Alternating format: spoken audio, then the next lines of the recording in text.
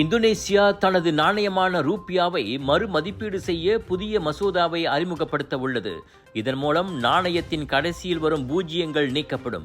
அதாவது IDR 1000 இனி IDR 1 மாறும். இந்த நடவடிக்கை நாட்டின் பொருளாதார செயல்திறனை மேம்படுத்தி நிலைத்தன்மையை பராமரித்து ரூபியாவின் நம்பகத்தன்மையை உயர்த்தும் நோக்கத்தை கொண்டது என இந்தோனேசிய நிதி அமைச்சர் கூறினார். இந்த மசோதா 2027 ஆண்டுக்குள் நிறைவேறும் என எதிர்பார்க்கப்படுகிறது.